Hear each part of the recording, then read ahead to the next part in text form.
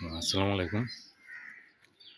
আমি আগেই বলেছিলাম যে দেখুন বাংলাদেশে কিন্তু যে প্রশাসনিক লোকজন এরা কিন্তু দেশকে সম্পূর্ণভাবেই ধ্বংস করে দিচ্ছে এবং দেশের কোনো কিছুই বাকি নেই। এই প্রশাসনিক লোকজন যেখানে আ তারা দেশের দায়িত্বভার নিয়েছে এবং দেশকে গঠন করবে, সুন্দর করবে, দেশের আ সাধারণ জনগণের জন্য নিরাপত্তা বিধান করবে। কিন্তু সেখানে দেখুন যে তারা দেশকে পুরোপুরি ধ্বংসের মুখে ঠেলে দিচ্ছে। তারা কি করছে?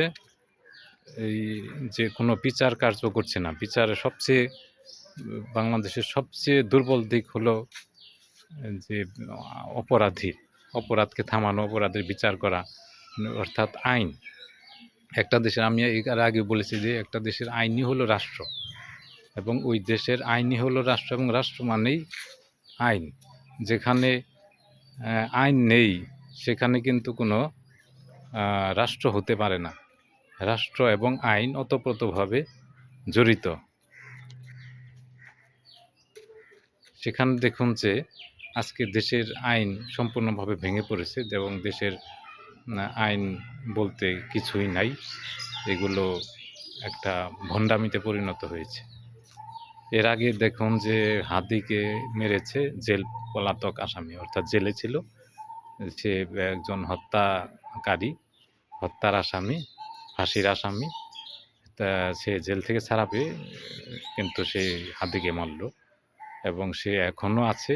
না জানি দেশে কিংবা দেশের বাইরে থাকলেও দেশে এসে আবারও সেই অপরাধ করবে। তারপরে কয়েকদিন আগে দেখলাম যে এই মাফিয়া ডন নামে পরিচিত এই তৌহিদ আফ্রিদি, আপনারা চিনেন সবাইকে। তিনি তৌহিদ আফ্রিদি মাফিয়া ডন, অনেক বড় ধরনের একজন অপরাধী। ২ দিন আগে দেখলাম যে সে ছাড়া পেয়েছে জেল থেকে। আগে সে যে কাজগুলো করতো, যে অপরাধগুলো করতো, এখন কিন্তু ছাড়া পেয়ে এই তৌহিদ আফ্রিদি এখন তার দ্বিগুণ অপরাধ করবে। এখন এই লাইমলাইটে চলে আসে যারা অনেক বড়, বড় অপরাধী, কিন্তু ছোটখাটো যে আরও অপরাধী তারা তো অ্যাভেলেবেল ছাড়া পাচ্ছেই। তো তৌহিদ আফ্রিদি ছাড়া পাচ্ছে। তৌহিদ আফ্রিদি দেখলাম যে ২ কোটি টাকার বিনিময়ে ছাড়া পাচ্ছে। আরে ভাই, এই যে টাকা, এই টাকাগুলো কোথায় যাচ্ছে? কারা খাচ্ছে? সাধারণ জনগণকে এ ব্যাপারে অবশ্যই সচেতন হতে হবে যে যারাই এই ধরনের কাজগুলো করছে এবং তাদেরকে, সাধারণ জনগণকে আমি বলব তাদেরকে অবশ্যই বিচারের আওতায় আনা। কারণ আইনশৃঙ্খলা বাহিনী এবং আদালতের উকিল, জজ, ব্যারিস্টার এরা কিন্তু কোনো কাজ করতেছে না। কোনো কাজই করতেছে না, বরং অপরাধীকে ছেড়ে দিচ্ছে। এই অপরাধীরা সাধারণ জনগণের এখন নিরাপত্তা বিঘ্নিত করতেছে। তো এই পুলিশ, আইন, উকিল, আদালত, জজ, ব্যারিস্টার এদেরকে জবাবদিহিতার আওতায় আনতে হবে সাধারণ জনগণের। সাধারণ জনগণের আবার আন্দোলন করতে হবে এবং জুলাইয়ের মতো আবার অভ্যুত্থান ঘটাতে হবে এবং বছরে ২-৩টা জুলাই অভ্যুত্থান ঘটাতে হবে আমার মতে। নইলে কিন্তু আমাদের নিরাপত্তা বলতে কোনো কিছুই থাকবে না। নইলে আমাদের নিরাপত্তা বলতে কোনো কিছুই থাকবে না। দেশে আইনের শাসন প্রতিষ্ঠা করতে হবে সাধারণ জনগণের।